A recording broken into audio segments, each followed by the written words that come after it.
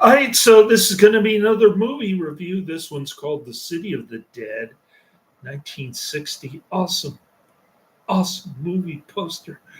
The thrills, the chills of witchcraft today. The City of the Dead, Christopher Lee, Venetia, Stevenson. Wow. Rated X. Adults only? This is a rated X film. Unbelievable. And I had to skip over the adult version of Jekyll and Hyde, 1972, because it's not available on streaming anymore. Another X rated film.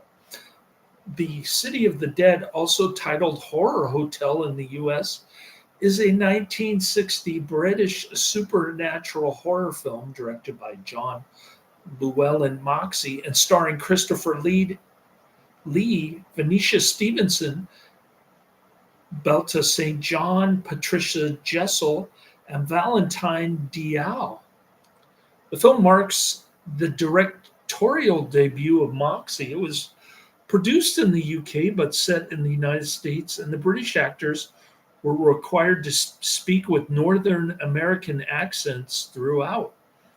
I couldn't even tell that Christopher Lee was British in this one. Production company Vulcan, distributed by British Lion. Release dates September 1960 in the UK and 1961 in the US. Running time 78 minutes. Country UK, language English, and budget of £45,000 or 47,341 pounds. It's got to be one or the other, right? I guess the adding machine wasn't working that day.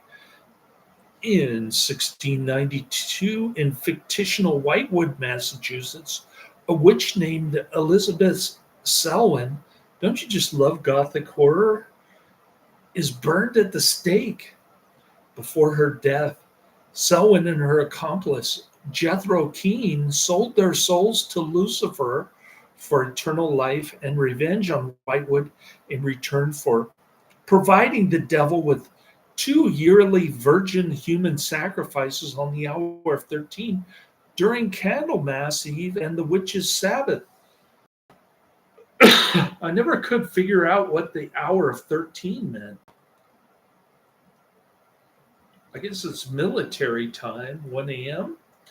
In the present day, following his lecture on witchcraft, a university history professor, Alan Driscoll, advises an interested student named Nan Barlow, who reveals her lingerie in this one, but she doesn't get naked.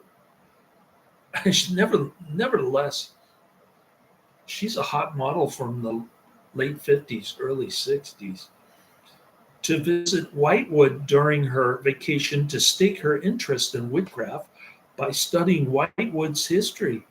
Nan settles in the Raven's Inn. Do not dabble in the occult. It's not a good idea. A hotel owned by eccentric Mrs. Newless, becoming acquainted with the only normal seeming local resident, Patricia Russell, who loans her a book on witchcraft. I think it was on Satanism. Reading the book, Nan learns that this night is Candlemas Eve. It's February 1st. Candlemas is February 2nd, which marks the end of Christmas tide. She is lured down to the basement and she is restrained on a satanic altar by Mrs. Newless and members of her coven. Mrs. Newless reveals herself to be Elizabeth Selwyn before proceeding to sacrifice Nan. So Elizabeth Selwyn is 300 years old. And this one? No, 400 years old. 350 years old, sorry. 350-year-old Elizabeth Selwyn is actually Mrs. Newless.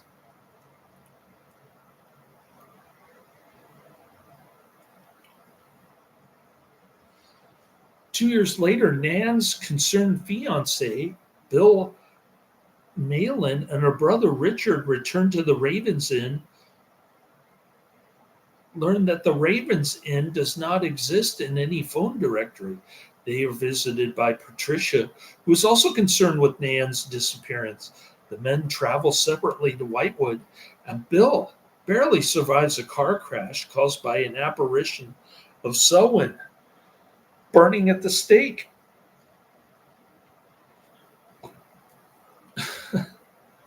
This, there's so many great scenes, but the ending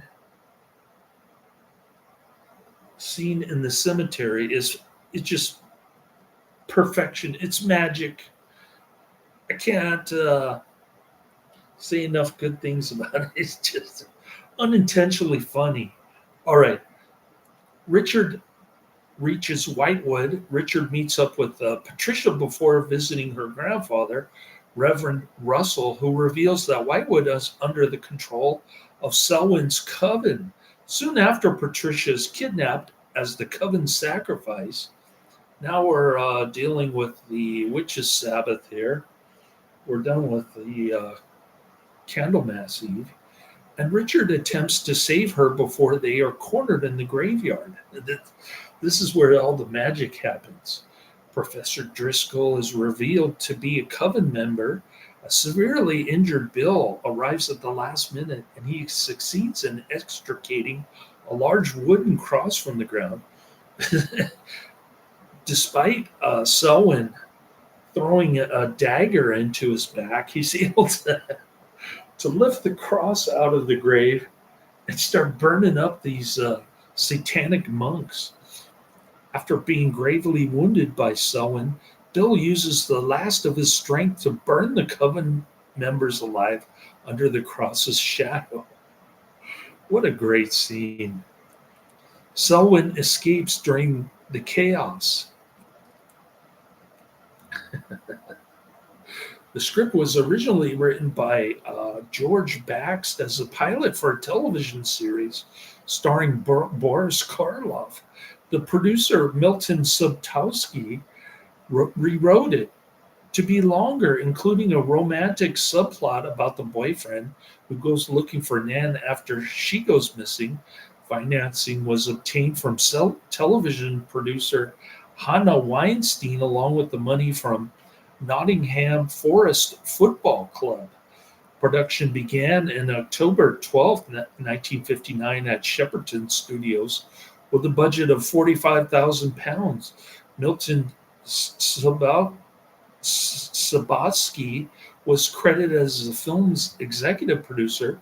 The film was produced by Vulcan Productions, although because it was made by Sabatsky and producing partner Max Rosenberg, it was considered the first of their Amicus productions.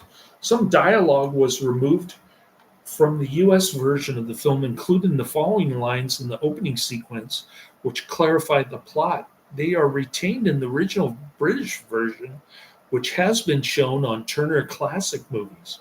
I have made my pact with thee, O Lucifer. Hear me, hear me.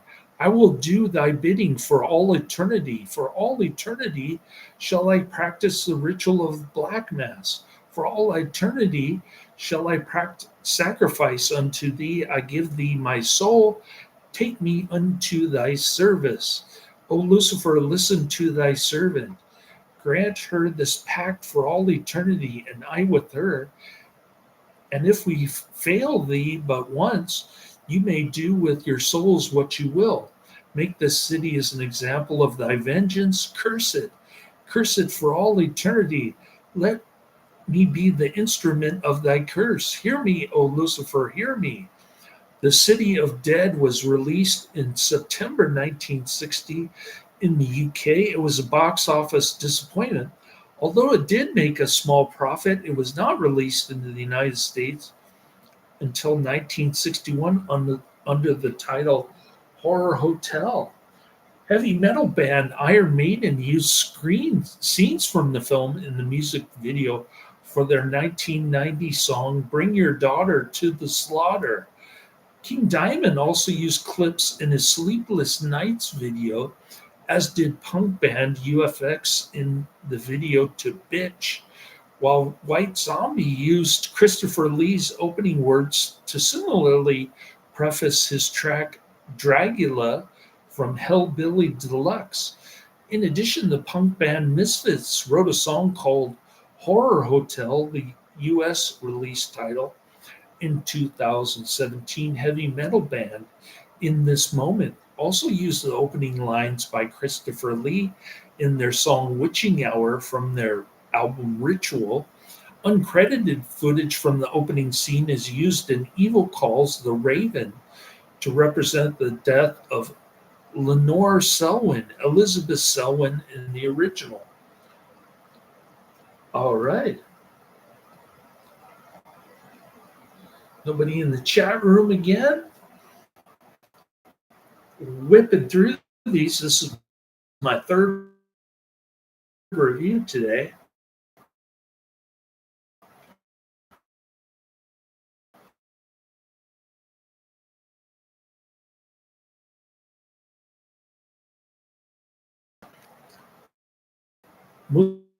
Movies in a row, and none of them were Karate Man recommendations, coincidentally. Horror Hotel, original title The City of the Dead, 1960, rated PG 13, 1 hour 60 minutes. Another great looking movie poster here. It's a whopping 7 out of 10 on IMDb, 9,600 ratings. That's pretty decent for a goth horror movie from 1960. A young college student arrives in a sleepy Massachusetts town to research witchcraft. During her stay at an eerie inn, she discovers a startling secret about the town and its inhabitants. All right. Here's a review from Mod Rock, Mod Rock 62, dated June 3rd, 2000. The title of the review on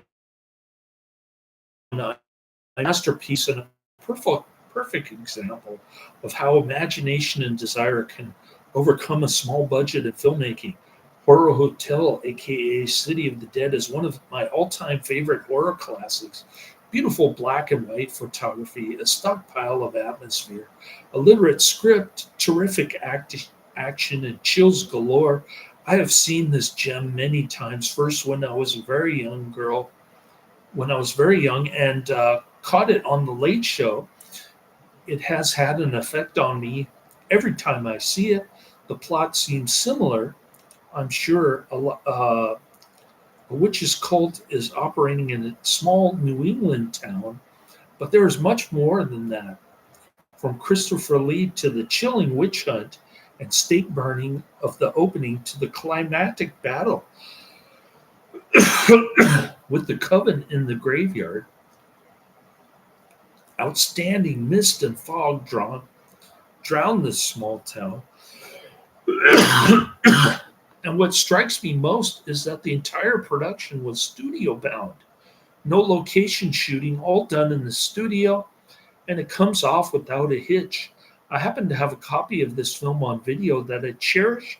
It's not a newly remastered, pristine copy. It's a copy that seems to have been copied from a television broadcast, and I love it. It looks grainy, old, had pieces of hair and dirt on it, and I wouldn't trade it for the world. It brings back great memories of films shown when I was young in the 60s and 70s, and it adds an extra dose of charm and atmosphere to the film. A true classic and one that I highly recommend. I'm not that much of a fanatic for this movie, but in general, I agree with that. Look up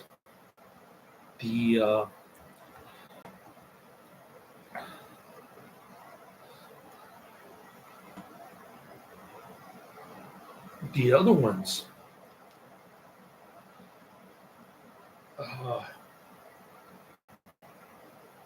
So I didn't have three in a row that were 5 stars. I had that stupid form.org movie that I saw earlier this afternoon, and it was just terrible.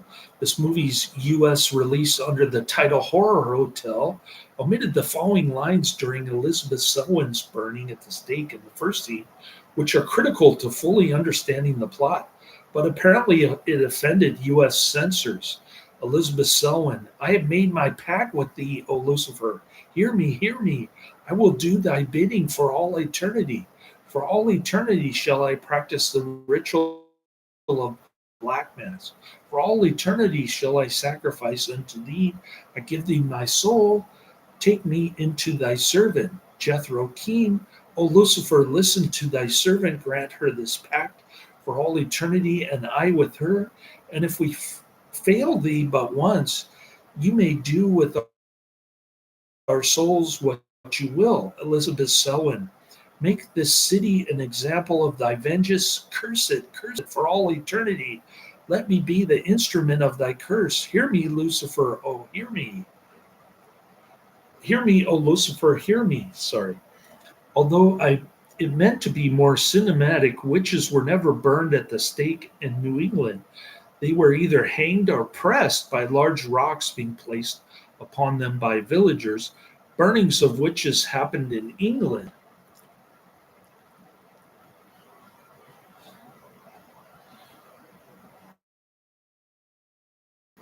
Reverend Richard Barlow. When are these nights, sir? Reverend Russell. Candlemas Eve and the Witches' Sabbath. Richard Barlow. Candlemas Eve, that's February the 1st. When is the Witches' Sabbath? Reverend Russell. Tonight. The original U.S. print titled Horror Hotel is around 2 minutes shorter than the City of the Dead version and is missing most of the cursing made by Elizabeth Selwyn to the villagers during the opening burning, and some conversations between Driscoll and Barlow as they discuss belief in the supernatural. This was featured in Creature Features Horror Hotel, 1971. The original Creature Features that I watched when I was a kid. All right, soundtracks Happy Birthday uncredited, written by Mil.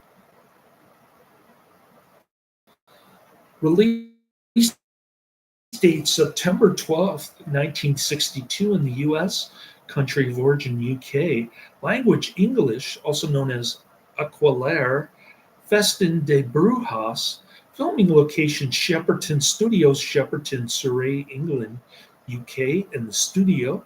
Production company Vulcan Films. Budget of estimated £45,000. Run